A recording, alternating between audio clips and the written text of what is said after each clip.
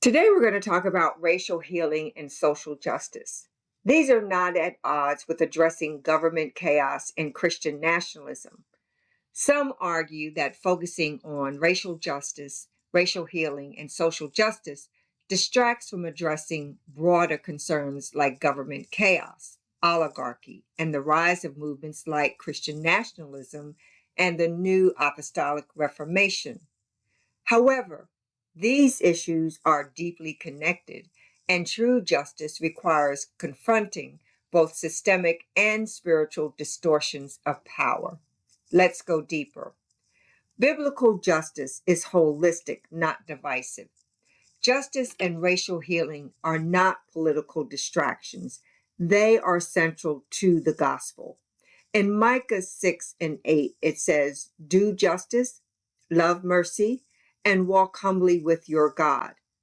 Jesus addressed both personal sin and systemic oppression, challenging corrupt religious and political leaders while uplifting the marginalized. Social justice, rightly understood, isn't about division. It's about restoration and aligning with God's heart for justice. Just read Isaiah 1:17. Number two, government corruption and power struggles are barriers to justice. Christian nationalism and the New Apostolic Reformation distort justice by tying faith to political power rather than Christ's mission of reconciliation.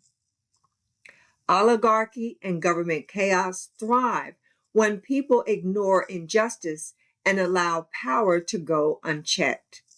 The Bible warns against leaders who exploit power for personal or nationalistic gain.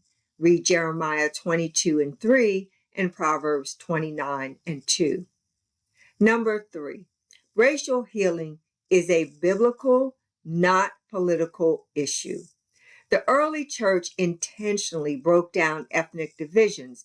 When we read Ephesians 2:14, it says, "For he himself is our peace, who has made the two groups one."